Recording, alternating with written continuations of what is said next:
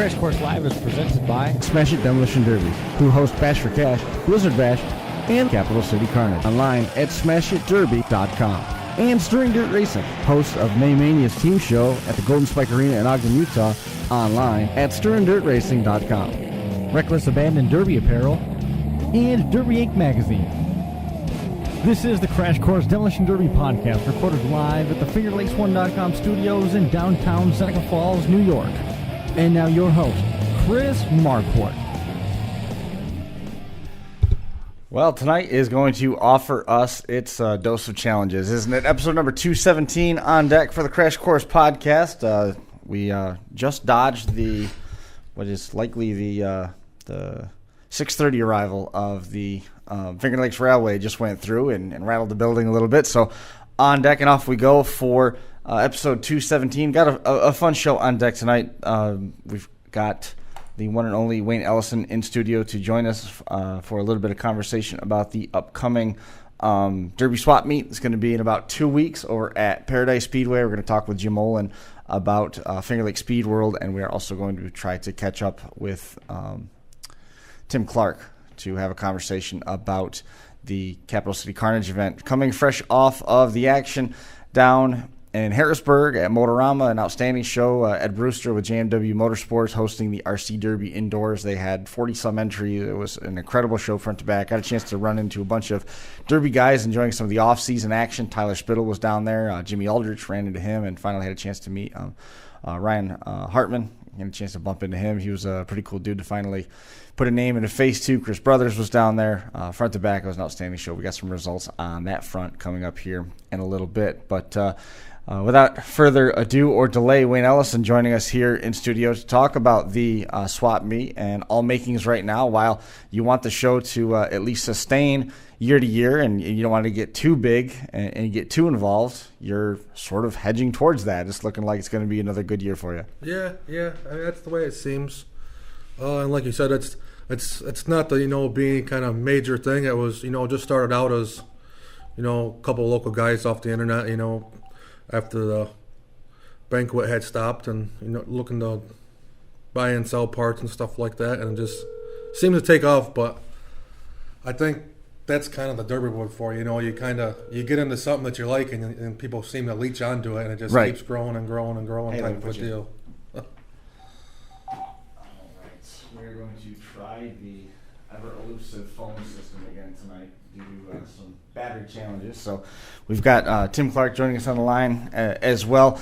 Wayne, you said that the show it's got traction in a little bit different form than probably what you had planned in the outset. You had some race car teams showing up. You had some radiators, carburetors along those lines, stuff that the Derby guys are always looking for, that especially if they didn't come out of the junkyard, they're built for performance. Does that seem like that's going to be the case as well this year, that you've got a little bit of feedback from those same types of race teams? Yeah, it's always open. It's kind of genre-rated around like the Derby community, but it's open to any kind of motorsports. I mean, no matter what it is. But yeah, I mean, and it's funny because like a lot of our Derby community guys will, buy stuff off like the old race car guys because they might only use the radiator for a season or half a season. Sure. It's got a few dents in it or a little twist or whatever, but Derby guys will still use them.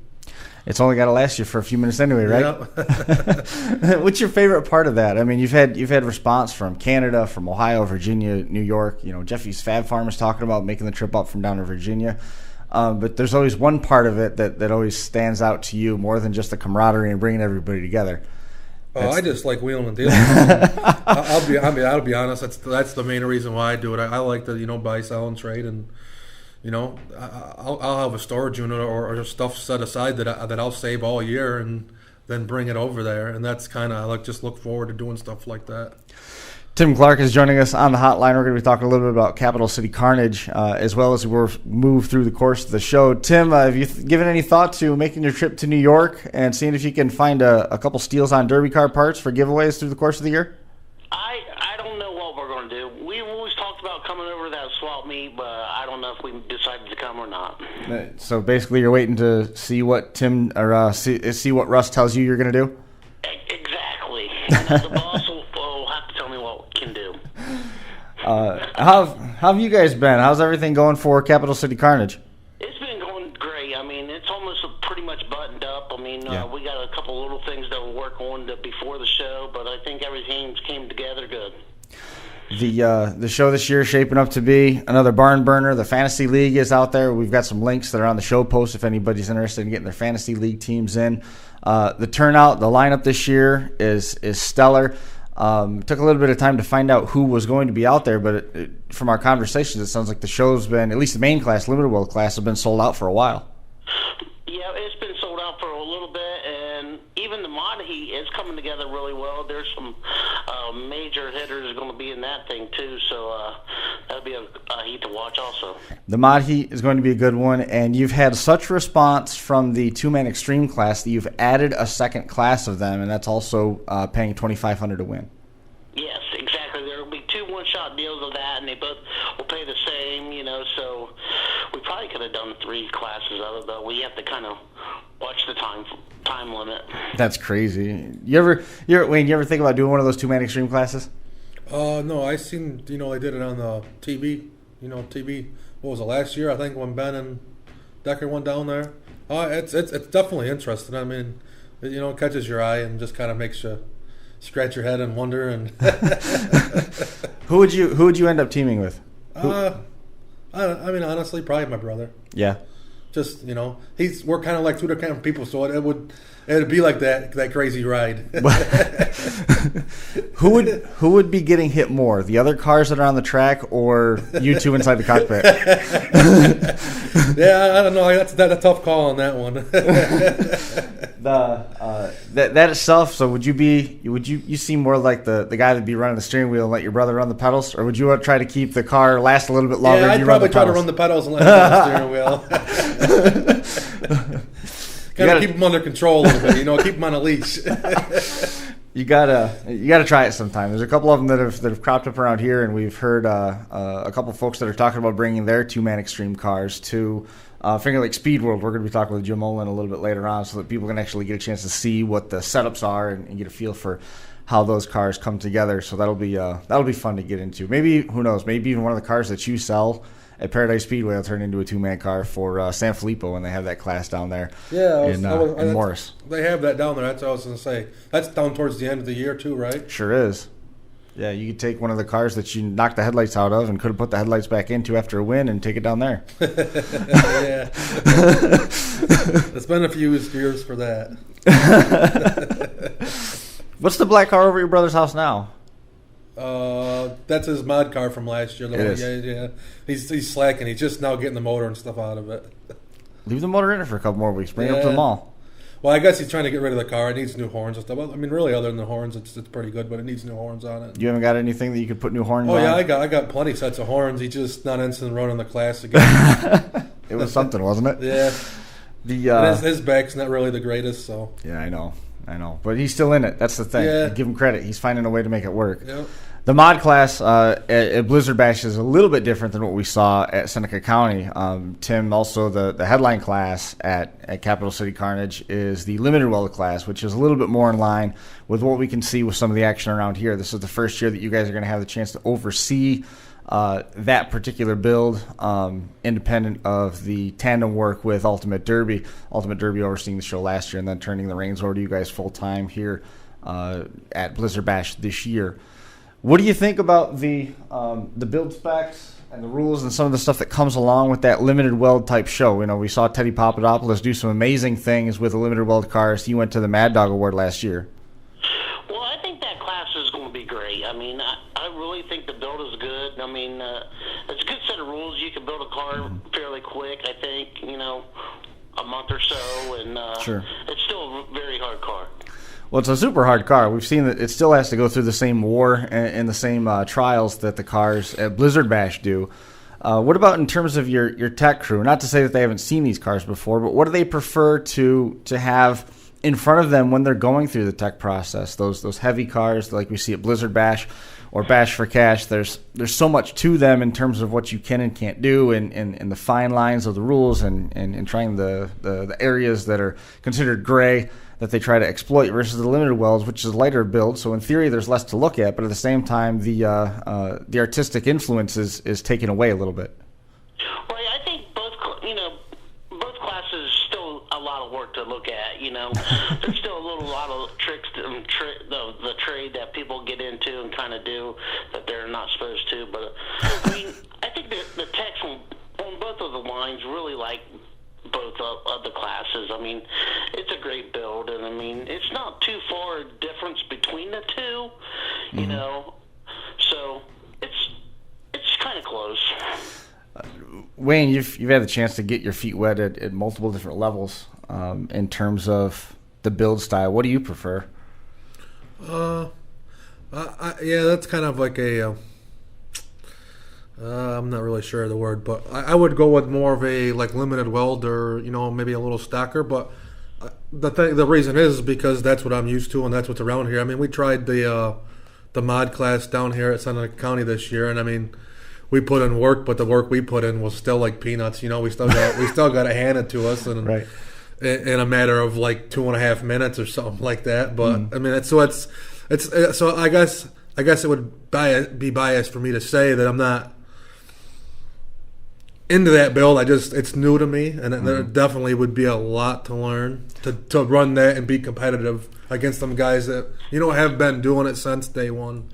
There is a lot of there's a lot of, I don't know how to say, there's a steep learning curve. You got to know what the parts are. It's not just a matter of going on the internet and buying the parts and then put them in your car. You got to know what they're doing and what their goals are, what they're supposed to be, what load they're supposed to be carrying, and what role they're playing inside the car. If you just throw it together, you're going to be spending a lot of parts, and then you're going to be spending a lot of money on parts that are broke. If you don't play your cards right, our area here has been very heavy on limited weld. When you look at what we had with Total Destruction, when you look at what you had at Penn Yan with Steve Travis when he was in charge of that, Total Destruction was in charge down there at a couple different intervals, and then you look at what we've got at Seneca County. That limited weld realm is sort of what that's all hedging around, and at the same time, we look at Bash for Cash, Tim, and you see that the street stock and the chain 80s class, you could do 3, 4, 5 flights of those versus limited weld or the more involved builds. So it's almost like a bell curve. The simpler the build, the more cars you've got.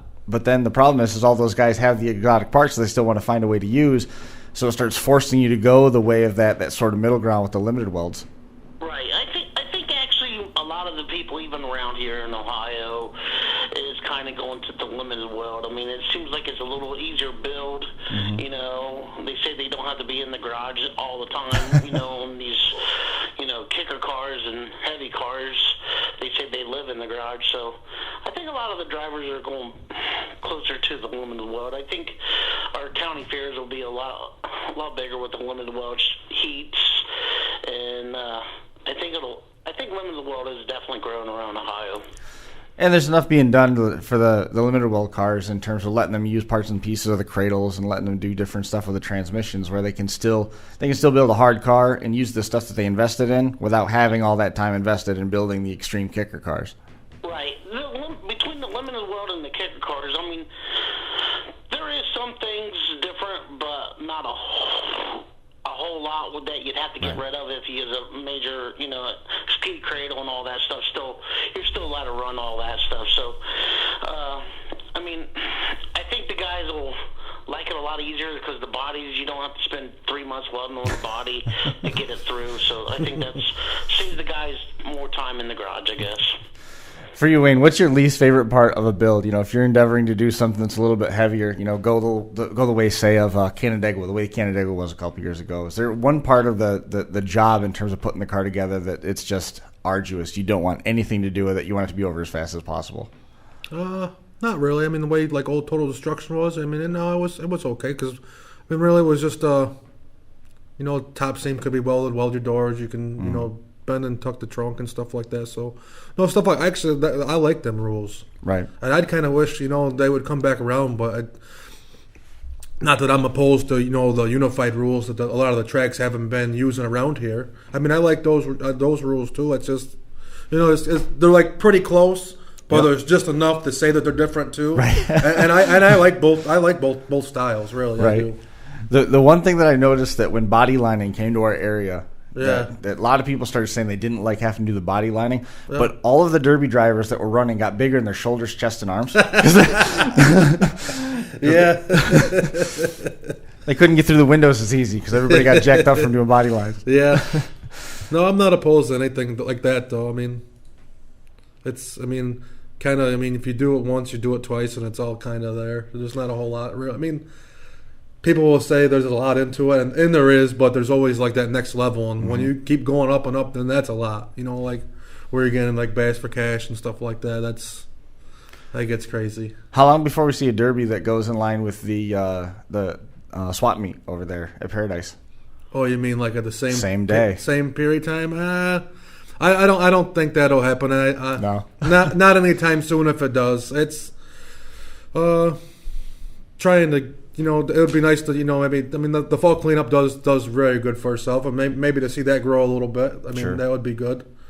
And it's just they're basically more or less 6 months apart. Yeah. So like every half a year we kind of do something over there. Right. Well, it keeps it alive, I guess you could say. Absolutely. You know what I mean?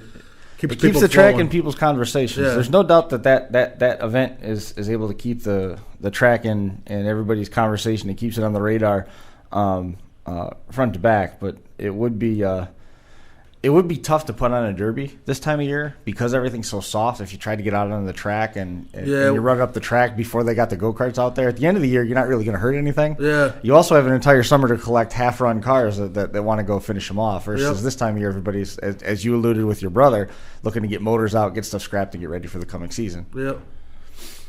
Yeah, and that bank there, what is that?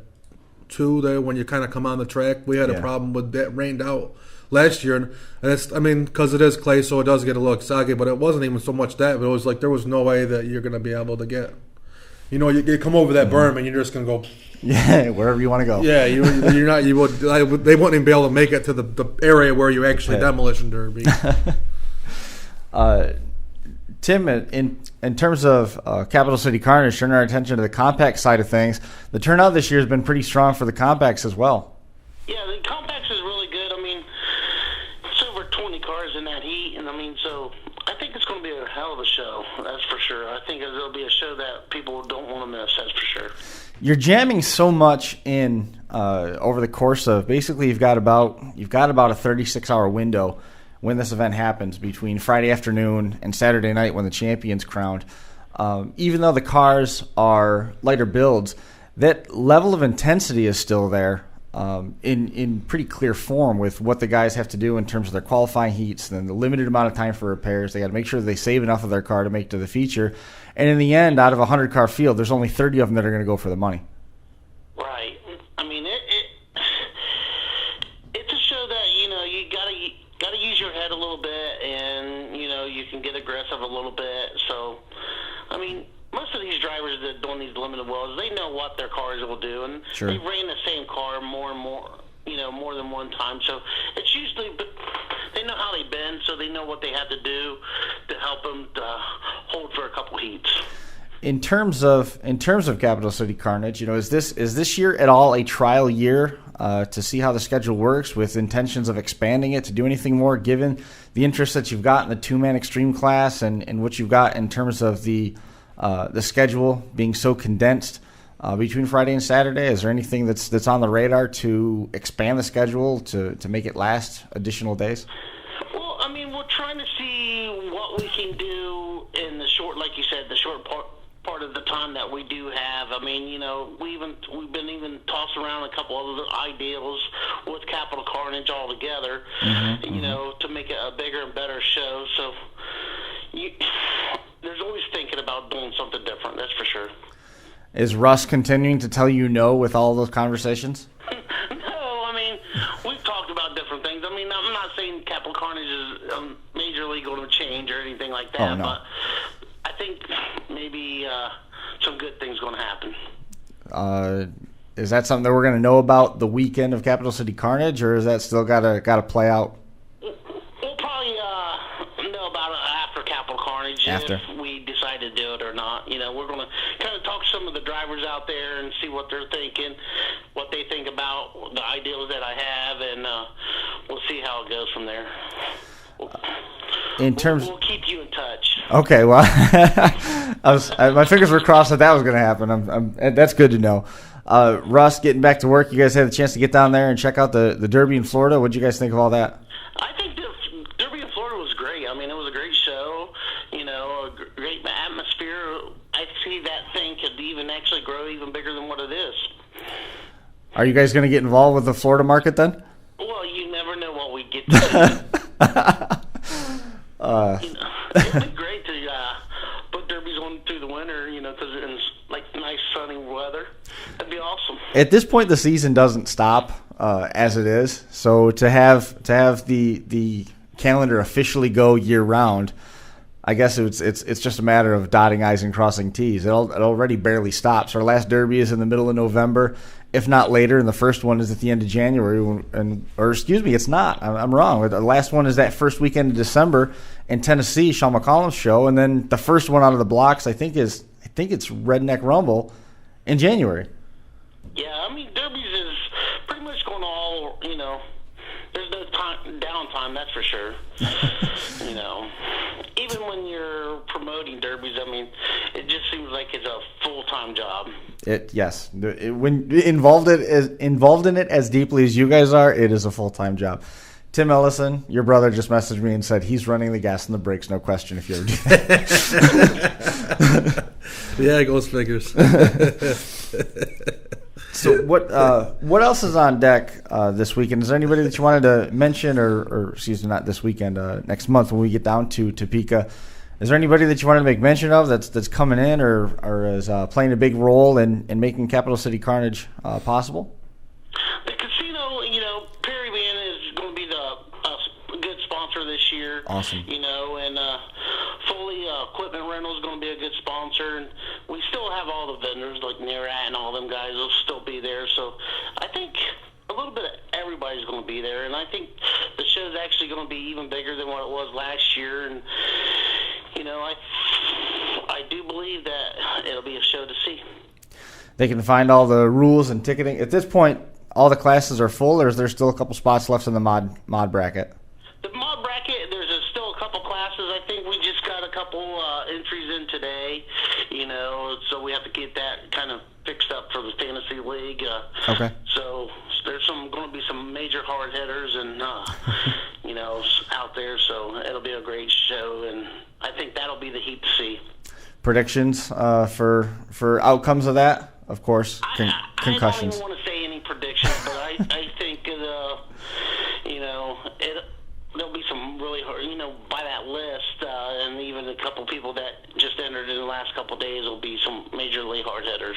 Awesome. Well, we're definitely looking forward to that. We'll catch up with a couple of the Capital City Carnage drivers here in the coming weeks as we lead up to Capital City Carnage. Looking forward to talking with those guys, and we'll certainly hit on some of those mod cars. The entry list is stacked. We're going to get everybody here, and we're going to break down the entry lists a little bit as well here in the coming weeks. Brian, unfortunately, could not be here. His mom having an emergency heart episode, so she was at the hospital overnight, last night into today, and they were still doing some more tests and diagnostics, so that's one of the reasons why he is not here, and Ben will be joining us in studio in the coming weeks as well as the high school basketball season comes to its close here through the course of the rest of February.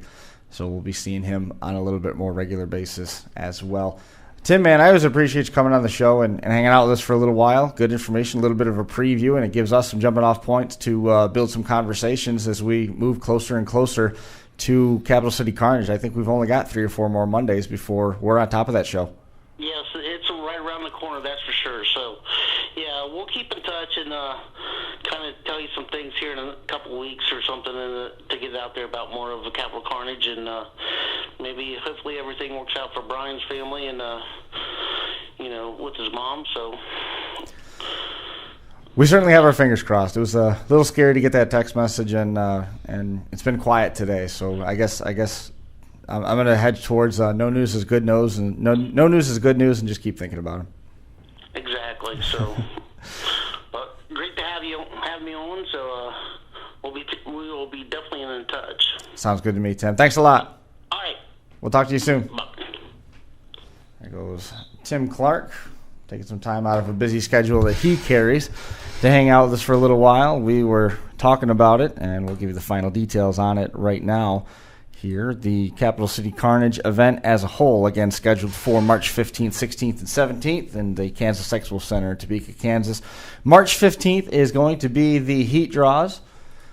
We're going to be there with early inspection and the heat draws between 7 and 10 o'clock there, depending on how everything goes and when we're going to get everybody cycled through to identify who's going to be in what heat.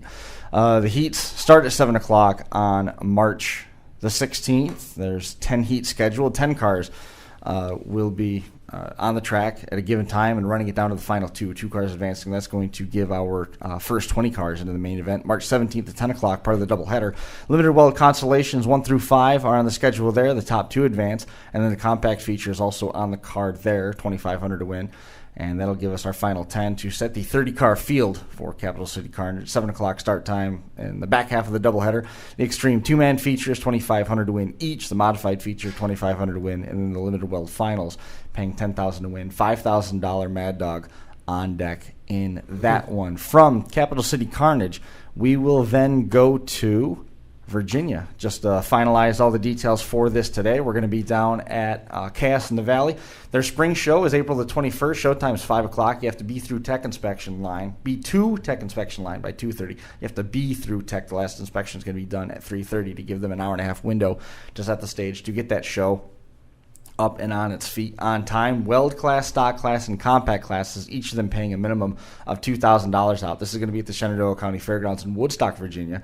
And their second date of their 2 this year is going to be in fall, October the 20th. This is the show last year that was scheduled to pay $5,000 and ended up paying $8,000 due to the response and the support from the compact division. It took center stage, the compacts, and it was an awesome show front to back. Shenandoah County Fairgrounds in Woodstock. Again, the host of that one, Showtime again, 5 o'clock. Monster builds, monster payouts. They're basically bash for cash cars on steroids. All of it goes to benefit Tom's Brook Volunteer Fire Department. Jump online to find out more. Chaos in the Valley, www.facebook.com/Chaos Valley.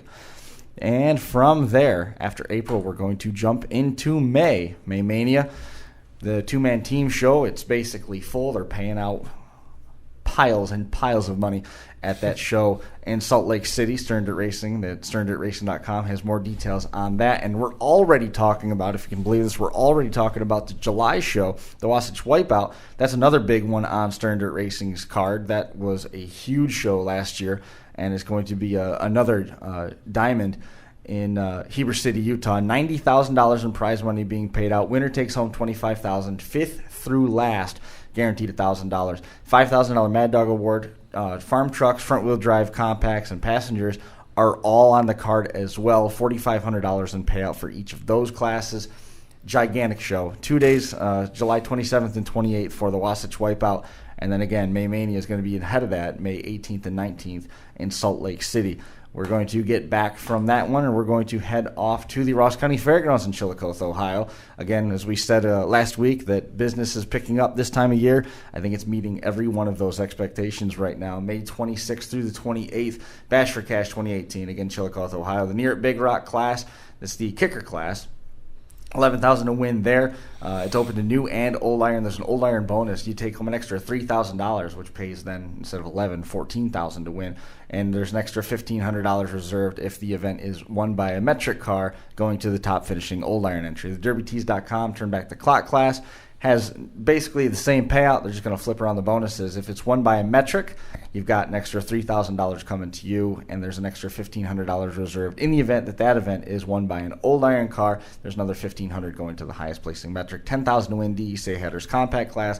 That's been an awesome show the last couple of years. You don't want to miss that one. Then we've got the Frank the Tank Old School Wire class, full-size trucks, youth compacts, compacts trucks. Those couple of those still have openings left. It's only $75 to enter. It's silly not to fill those classes. 80s Wire class, they're running 3 or 4 flights of those, and they could have ran 5 or 6 of them, and the street stocks, those are all full. Again, jump online if you want more details, smashitderby.com. That brings us back home to New York. We're going to be at the Broome County Fairgrounds in Whitney Point, New York, June the 2nd. Compact teams are sold out.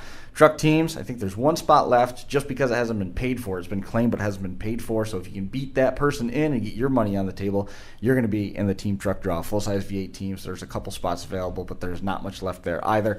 One and dones for full-size V8 junk runs and compacts. It's $1,000 to win guaranteed in each of the one and dones.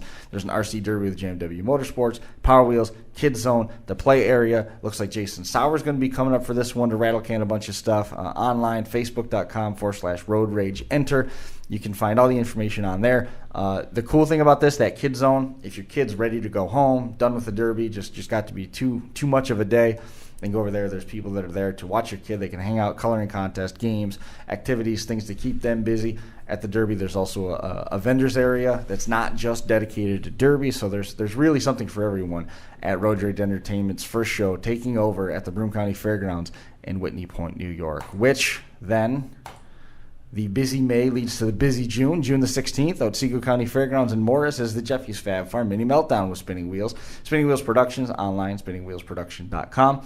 Jeffy's Fab Farm Mini Meltdown is a 4,000 to win compact derby, paying the top three, 4,000, 2,000, 1,000. The field is full for the compact side of things. $1,000 Mad Dog hanging out there as well. One and done classes, each of them paying a minimum of $500 plus 75% of the entries that come in. So you can kind of do the math on your own. You can figure it out. Economy V8s, limited well V8s, full-size trucks, compact trucks, all going for $500 plus 75% of the entries. We're going to be back at the Otsego County Fairgrounds at the end of the year for the San Filippo Smash, which is always a home run show. I'm hoping that the San Filippo Smash and the cleanup show can back away from each other, because I still want to get to the cleanup show sometime that they've got at Paradise Speedway. Right now it looks like those two should be separated a little bit, which is awesome for the Derby community, because I know there's a lot of drivers that want to make sure they get to both. Yeah, I think we're going to try to keep it back like the rescheduled date, keep it back around there. They're looking to move theirs forward. Whoops, sorry about that. They're looking to move theirs forward as well. We're moving it back. Yeah, they're because we're talking about doing the same things. I'm just using the wrong words to explain it. Yeah. They're coming back into September. Last year there was some there was a wedding that was scheduled that forced a date change that ended up putting everything on top of each other. Now everything should be spread out, so we should be able to go basically from the Lake Erie Rumble and Dunkirk, then to Wheel Days, then to the cleanup show at Paradise, then to San Filippo Smash. So 4 weeks in a row all across the state. There's going to be a lot of whatever's left over is going to be wrecked. And the San Filippo Smash, that's where they do the that's where they do the two man team. That's right. Yep, that's right. Let's see. We've got Matt Portman asking about the Finger Lakes Speedworld show. It's kind of cool. I wonder if he's planning on bringing a car up. That's this weekend, right? That is next weekend. Next weekend. We still got to get through the rest of spring, winter break for everybody before we start sending them off to the all the event schedules for that weekend.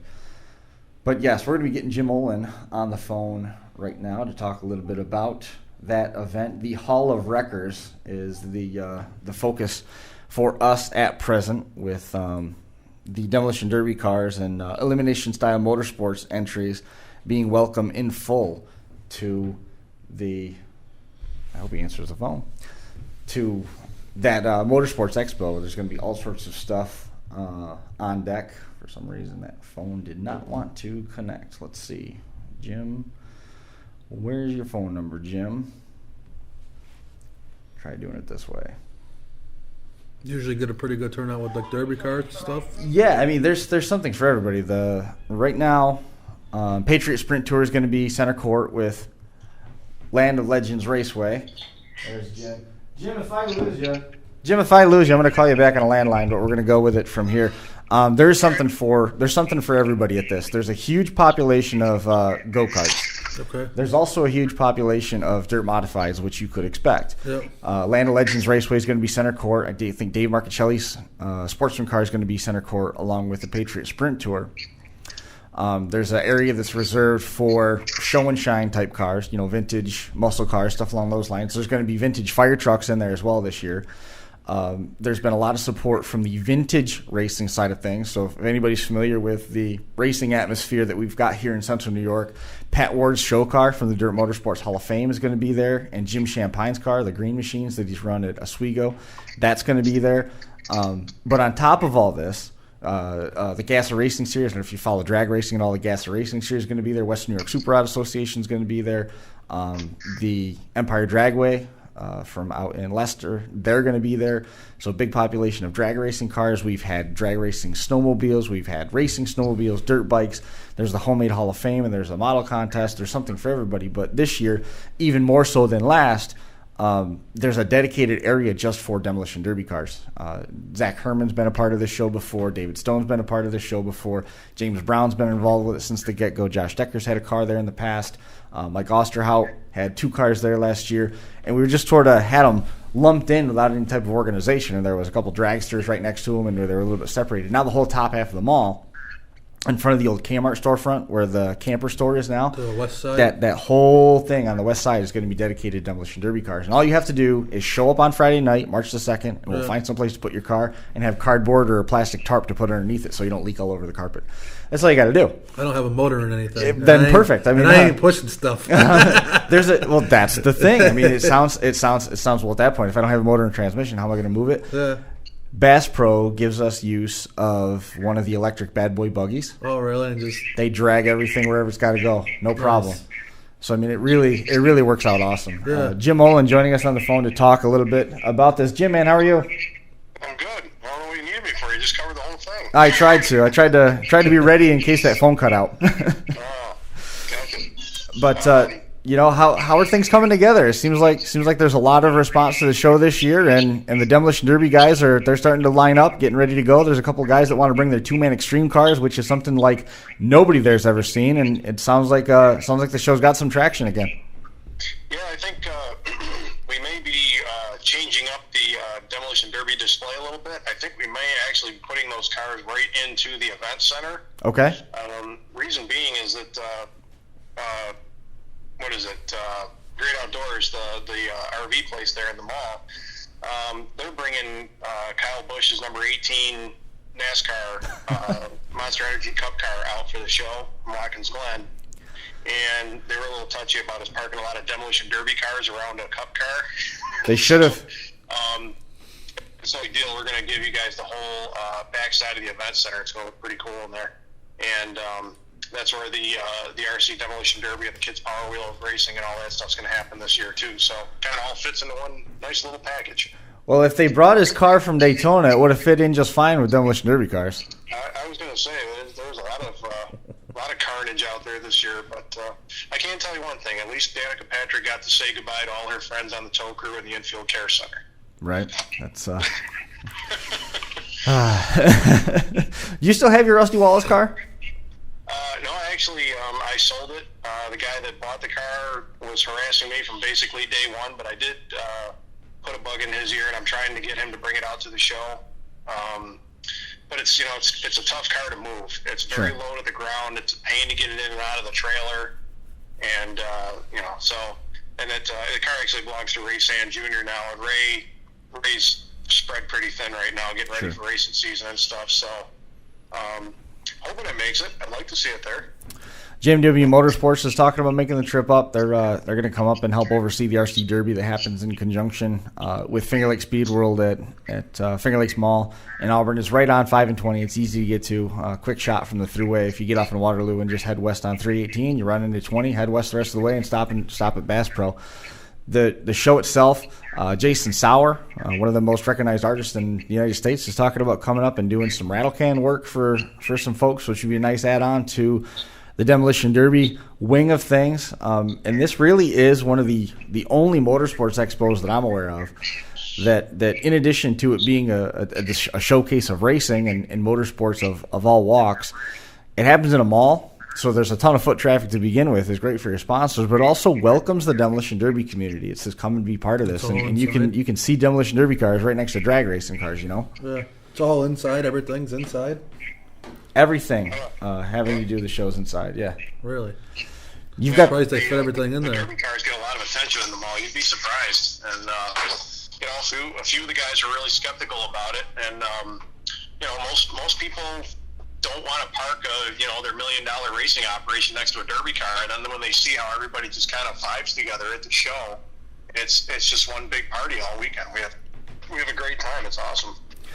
The derby cars themselves, they got a lot of attention from, which I thought was kind of cool, the South Butler Nostalgia Drag Racing crew. They had an altered wheelbase Plymouth, like a 64 Plymouth Belvedere. And they were just as enraptured in the build and the technology and the alterations that are done to make Zach Herman's car go as what everybody's interested in the ultra wheelbase Plymouth, which was really kind of neat, seeing those guys interact, because that's two circles that would usually not converge, Well, and that's great that we have a chance to do it, and it's the kids. The big thing about this show is it's a family show, and that's why it doesn't cost anything to get in. That's why the displays don't cost anything, and we want families to come out and have a good time. And I'll tell you what, I don't know a kid on this planet that doesn't love a derby. I remember going to them when I was a kid at Fulton Speedway and Weedsport and Fairgrounds, stuff like that. And, it's changed a lot since then. Most of the derbies back when I was a kid was a run with sprung and, one and done type of derby. But now it's just gotten crazy, but the kids just absolutely love it. So we've done a lot more for the kids this year, too. You were going to say? No, it's the Demolition Derby area. It grew a lot since maybe a lot of them guys maybe ever seen or been around cars like that, and probably once you get them all in the same area and they kind of go, wow, you guys really are doing this, so you're putting money like this in them. You know what I mean? They might respect them a little more. We had a couple conversations with some drag racing guys about some of the cars that go to Blizzard Bash. They'll have upwards of $25,000 under the hood when they pull out on the track. And I know some of them are reusable parts, and some of them theoretically are lifetime buys. You're never going to have to replace the spindle again when you go out there. But what happens if you do? It's still going to be another $1,500 at least to replace those. Not to mention what gets damaged after the right front corner or left front corner falls down, and you're taking loaded bumper shots to the side of the cradle. Got to get a limited lifetime warranty on those when you buy them, right? You've also got the pinup girls coming this year. What's that? You've also got the pinup girls coming this year. Oh yeah. That the Vintage for Veterans and the CNY Rockabetties. They will be. That's basically one group, and each one is part of the other. So we're going to do a pinup model contest at 4 on Sunday. Mm-hmm. Be kind of a nice little cap on the show, and the girls will be there on and off all weekend to come and do photo shoots with the cars. They're going to walk through the mall and stuff, and I don't know if they're going to be. I'm sure that they're going to be taking donations because they support a lot of local veterans groups, and they do a lot for the local vets. So if they come out over and they want to take pictures with the car or something like that, throw them a couple bucks. It goes to a really good cause. That's good. The contest is going to be off the hook, I think. They usually run between 20 and 30 entrants to the contest, so that should be fun. That contest is at 4 o'clock. The Crash Course podcast is going to be live at 10 o'clock on Sunday during Finger Lakes Speedworld at Auburn Mall. And then the RC Derby is going to follow at noon, and that being moved to the basically, it used to be the convention center, right? Yeah, it's the old Stephen Barry store right up by the Great Outdoors. Yep, new location. They got tired of us marring up the floor in the old Joanne Fabric storefront. Now someone's moved in there, so we can't have it. They got a store in there now. Yeah. So, the other place is right across the hall. I don't want to cast aspersions on anybody, but we'll have that space back next year. Oh my. Well, we'll just leave that there. How hard was it to get Pat Ward's car? Which one? Pat Ward's car. How hard was it to get? Yeah. I can tell you that it came down to just a few cars from the museum because, first of all, Jamie Moore owns the old Champagne car, the Green Machine, and that car is a pain to move. I mean, it is absolutely a nightmare to move that car. It's less than an inch off the ground. It's 83.5 inches wide. It's a real pain to move, and I mean, it's a living piece of history that you cannot scratch. Right. So there's that. The Pat Ward car got the nod because it's one of the easiest to move. Sure. So we had a choice between, because Pat Ward's car doesn't have any axles in it, there's no motors, no transmission, it's just a roller, and it was either that car or we have Jack Johnson's car sitting right next to it. Uh-huh. And I think that the consensus of the guys at the museum was that the Pat Ward car would be a bigger draw. Right. And plus, you don't want to shoot the whole wad the first year that you're going to bring cars there from the museum. I mean, we had the Gary Ballou Batmobile there last year, and that was the last place that car was seen before it was taken from the museum, and now it's out on tour. Right. So it's a big deal to have cars there from the museum. Not everybody can make it out to Weedsport to see that, but they can come out to the show and check things out. Mm-hmm. And that car, Pat Ward's, that's it's an '86 show car. That car has got more than 10 years of racing on it, and a lot of feature wins on that car. That was a tough car. And you know what the best part about it is? wrap on it. That car was hand painted. Right. And it just looks so cool. It reminds me of when I was a kid in the late 80s going and watching dirt modifieds race, and that was one of them. So the show also includes the Homemade Hall of Fame, where people can bring racing memorabilia and stuff from home and set up on their own little Hall of Fame, and it might be the only time that you see some of those parts and pieces in a collection together. Yeah, it's pretty cool to have people bring their stuff out, and every year we've had a handful of people bring their things out. It'll get a little bigger every year. It's tough, a lot of people don't want to bring their prized possessions out and display them in a mall someplace, but then when they see that everything is secure, everything is babysat all day, you don't have to worry about your stuff. So that's a good part.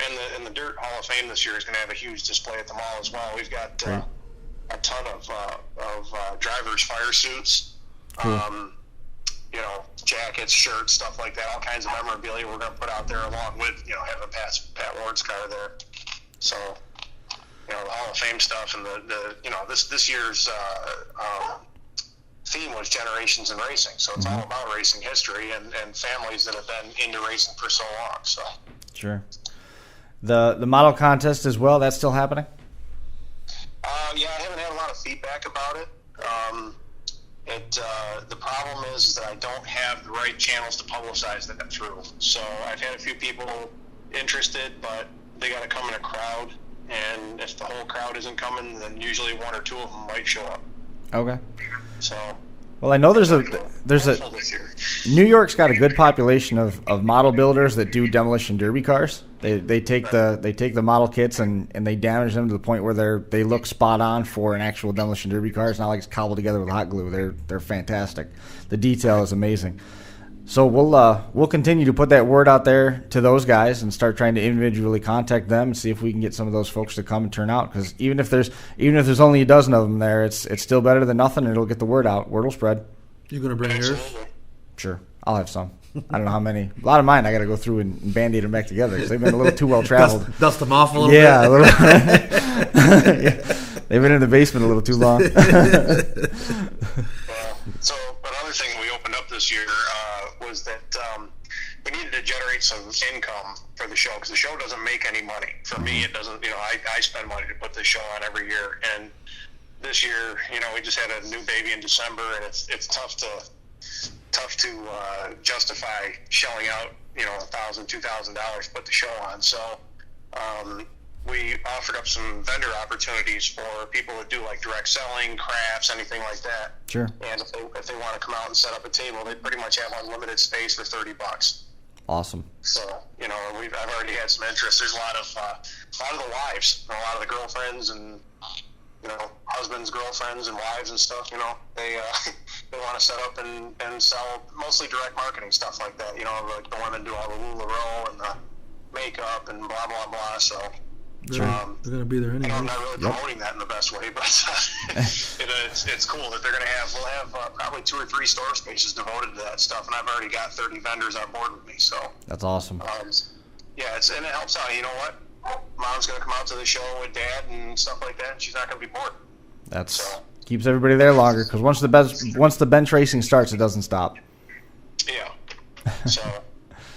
And don't forget, Friday night, and before I forget to remind you guys, Friday night, the guys that are coming in, we feed everybody Friday night. So don't anybody go home hungry. We're going to do pulled pork barbecue, salt potatoes, coleslaw, the whole 9 yards, probably a crock pot of chili, maybe some ziti and salad, stuff like that. All of a sudden, pushing a derby car around isn't such a bad idea, right? Yeah, we'll see. I have to get it all de-weeded and... Bring Tim's. He's already got it out there. Yeah, I know. I was thinking about that. I was like, he should just bring his motor pull out of him and everything. It's all nosed up. It's impressive looking. Was there anything that we got to hit on? Anything we might have missed? I'm concerned. I'm afraid the battery might die on the phone. I don't want to lose you before we finish up. Well, Saturday at, I believe it's 3 o'clock, we have the kids' Power Wheels racing that we do every year. That'll be in the event center as well. Yep. And this year we've got 2 brand new Power Wheels that we're going to raffle off before the event. So awesome. Get in for $5 a ticket. So if any of the kids want to, you don't own a Power Wheels, you want to go Power Wheels racing, tell Dad to flip open the old billfold, get $5 out, you might have a shot at winning one. I mean, I know these things are about $400 new. Right. So we're going to have 2 brand new ones sitting there ready to go. They'll be all charged up, and ready to run. That's cool. So, and one thing that we're looking forward to next year, we have to work out the logistics of it, is the Power Wheels Demolition Derby for the kids. And basically what that consists of is they take the Power Wheels and they stick balloons all the way around them, and they just crash into each other and break the balloons. Mm-hmm. And the kids have a riot with this, so we just have to make sure that insurance-wise we're covered for it. So right. It's too late to get it going this year, but next year it's on the books. It's a conversation that we've had here. You're familiar with Power Wheels Derbies? Yeah. You get asked every year, but I just that's with the insurance. I guess there was nothing there that they were willing to do with it. Right. You don't want somebody to get hurt, and you certainly don't want to go. The thing is that if you decide to do it and it's not covered, then it becomes on the land. Huge liability. Yeah. You don't want that. Don't want to go in there. But, so that's our only concern is the insurance. You know, and everybody's got to look out for everybody else. So we'll make sure that it's done right before we implement that. But it's just an idea that we're working with for next year. We got lots going on this year. Nobody's going to be bored. It's been the Power Wheel Derby thing's been around a long time. It's something when you see 100 of them go at it at one time. Yeah. It's wild.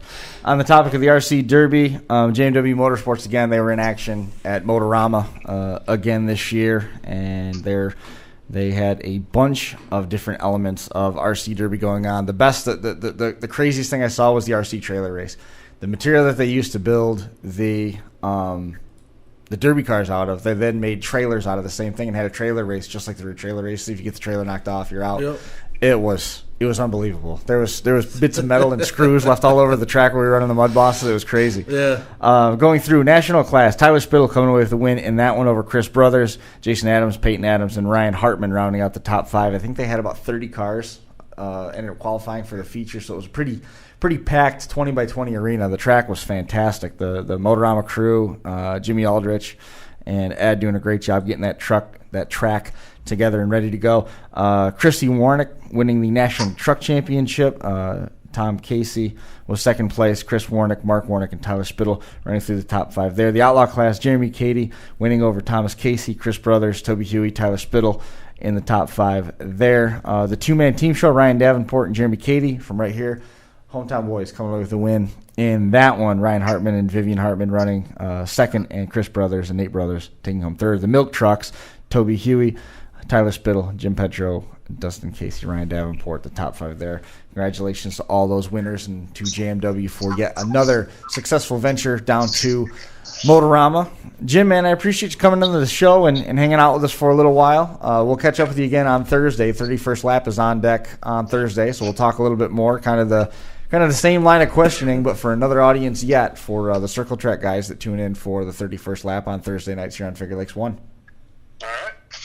Appreciate it, man. We'll talk to you soon. All right, thank you. See you now. And we made that just in the nick of time. That thing is going to die before the end of the show. Now, what do you guys do? Where does the big RC convention that you guys do around here? Run that one more time. Like the RC derbies and racing and all that stuff. The RC derbies. The one you were just talking about.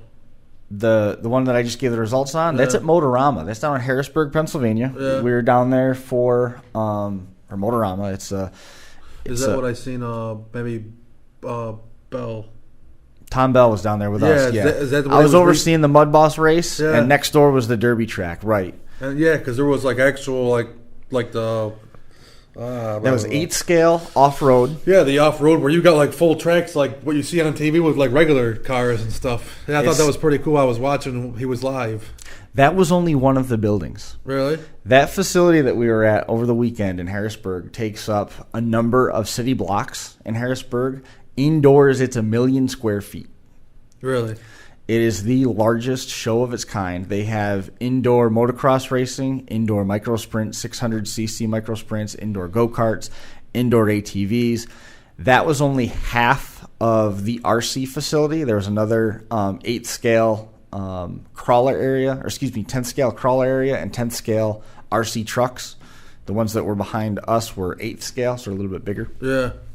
And then separate of all that is the area where they have the bikini model contest and stuff. And separate of all that is the show and shine area, which is like tuner cars and other show cars, like imports and stuff like that. And then separate of that is the area where they have all the trucks, muscle cars, and vintage on the road. So that's all at one time. It's all at one time, and then there's a racing trade show, and that's I think in the same area where they did the bikini contest, and it is huge. And we had 45 entries for the Mud Bosses. They had 40-some entries for the RC stuff, and then we both ran both days.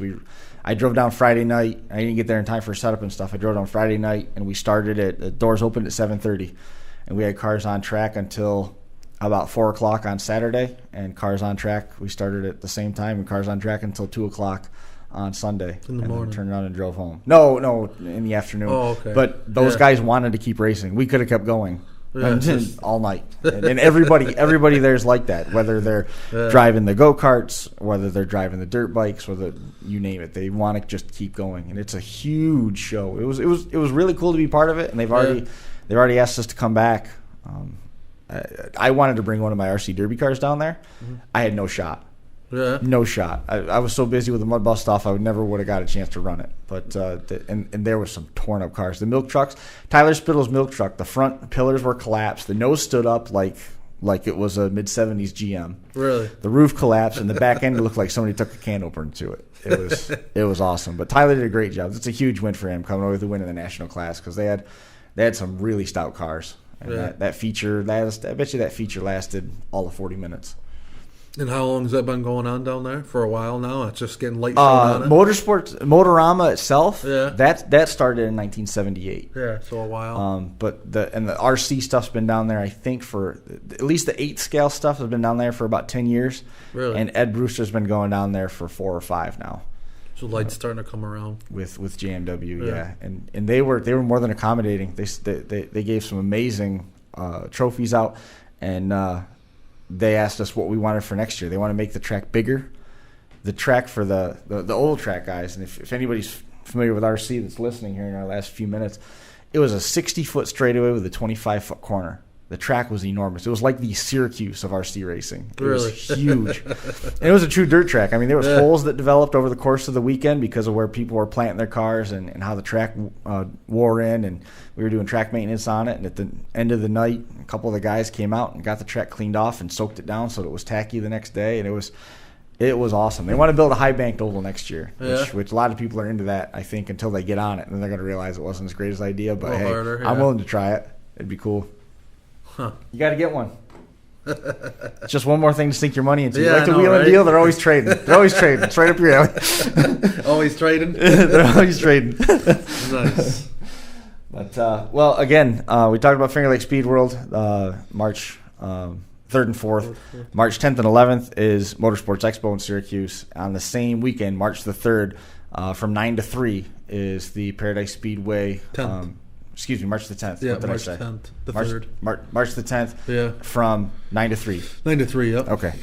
Yep, got that one all backwards. So March the 10th, 9 to 3, 10th and 11th. It coincides with Motorsports Expo. Come do the Motorsports swap meet at Paradise from 9 to 3. Then make the run up to Syracuse. Check out all the dirt modifieds and stuff that are up there. Make a weekend of it in Central New York before you head back home. It's going to be an awesome weekend of action to kick off March. The first 3 weekends are going to be jacked. We're going to have the mall show. We're going to have the Derby trade show at Paradise, and after that, we're going to have Capital City Carnage out in Topeka. That is going to do it for us here on the Crash Course. Again, best wishes out to Brian, and good luck out to Ben's family as they work towards the conclusion of the basketball season during Hunter's senior year. We'll see everybody back here again next Monday. Looking forward to seeing everybody there. That's going to do it for this edition of Crash Course from the North Park building here at Academy Square. 217 in the books. We'll see you next time.